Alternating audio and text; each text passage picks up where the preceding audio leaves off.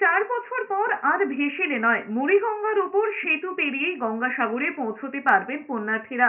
মঙ্গলবার নবান্নে মুড়িগঙ্গায় সেতু তৈরির ঘোষণা করে মুখ্যমন্ত্রী মমতা বন্দ্যোপাধ্যায় জানিয়েছেন, তিনি সেতুটির নাম রেখেছেন গঙ্গাসাগর মেলা সেতু। ইতিমধ্যে ডিপিআর তৈরি হয়েছে। খরচ হবে 1,500 কোটি টাকা, যার পুরোটাই বহন করবে রাজ্য। 4 বছরের মধ্যে কাজ শেষও হয়ে যাবে বলেই জানিয়েছেন মুখ্যমন্ত্রী।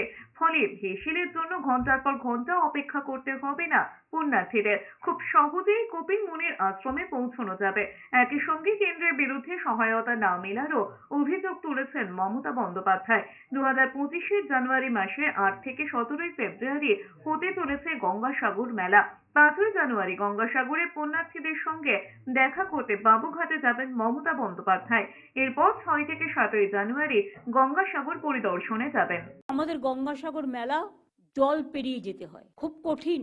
আমরা মুড়িগঙ্গার ব্রিজটা করবার জন্য ডিপিআর করেছি, পরিকল্পনা করেছি, কিন্তু এই কাজটা করতে আমার 4 বছর সময় লাগবে এবং সরকারিভাবে 1,500 কোটি টাকা খরচা হবে। এটা হয়ে গেলে তীর্থযাত্রীদেরও যেমন সুবিধে হবে, লোকাল মানুষ যারা আছেন তাদেরও যাতায়াত, ব্যবসা